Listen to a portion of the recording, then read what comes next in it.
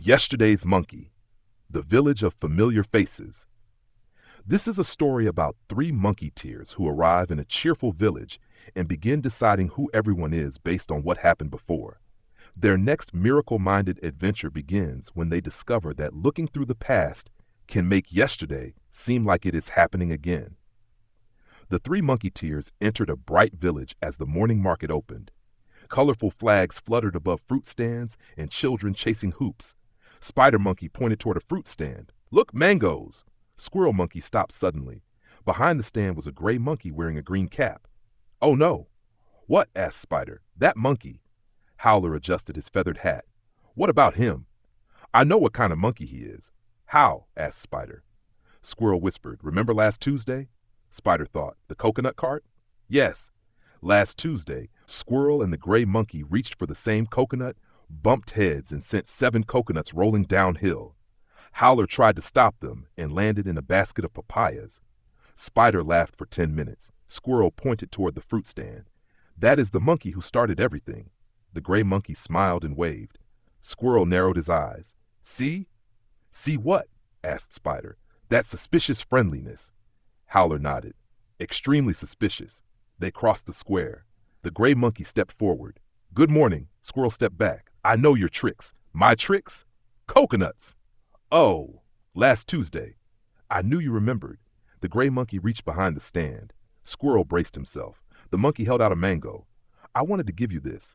I felt bad about the coconut accident." Squirrel stared. "Accident?" "Of course." Spider whispered, "Your story is wobbling." They continued through the village. Soon Howler saw a peacock beside a fountain. "I don't like that bird." "Why?" asked Spider. "One laughed during my song last month." The peacock opened its feathers. Howler gasped. "There, mocking me again." "That might just be what peacocks do," said Squirrel. "Nonsense. That is clearly theatrical criticism." Farther down the road, Spider spotted a wooden ladder leaning against a wall. He froze. "No ladders." Squirrel stared at him. "You climb trees." "Trees have integrity." "What happened with the ladder?" 3 years ago, one broke." Howler folded his arms. "So now all ladders are guilty?" Spider looked at the ladder. "Yes." The 3 monkeys stopped. Squirrel reached beneath his cape. "Paper time."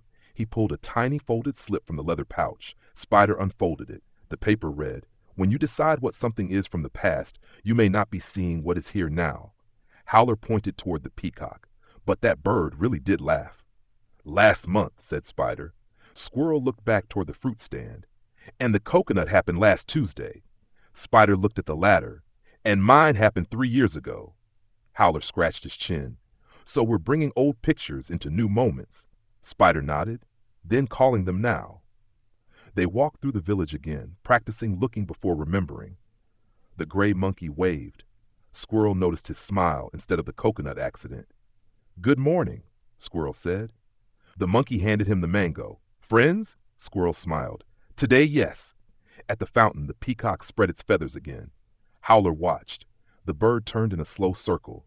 Howler whispered, "That is actually magnificent." The peacock squawked. Spider laughed. "Was that criticism?" Howler grinned. "Today I don't know." Then they reached the ladder. Spider touched one rung. It held. He climbed another. Still held. Soon he was sitting on the rooftop. "This ladder has never betrayed me." Squirrel called up, "You met it 30 seconds ago." "Exactly. A flawless record." They all laughed. Back in the square, Squirrel unfolded the paper again. "I thought I was seeing that gray monkey." "But you were seeing last Tuesday," said Spider. Howler nodded. "I thought I was seeing the peacock." "But you were hearing last month." Spider looked at the ladder. "And I thought I was seeing danger."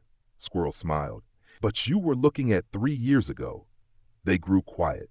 The village looked different now, not because it had changed, but because the past had loosened its grip. Howler looked at his friends. "So Monkey Mind says, I already know what this means." Spider nodded. "And Miracle Mind says?" Squirrel smiled. "Maybe I don't know yet." Spider lifted his hand. "That leaves room for something new." The 3 monkeyteers tossed their feathered hats into the air and cheered together. "One for all and all for one." And then they shouted, "Love all, for all is love."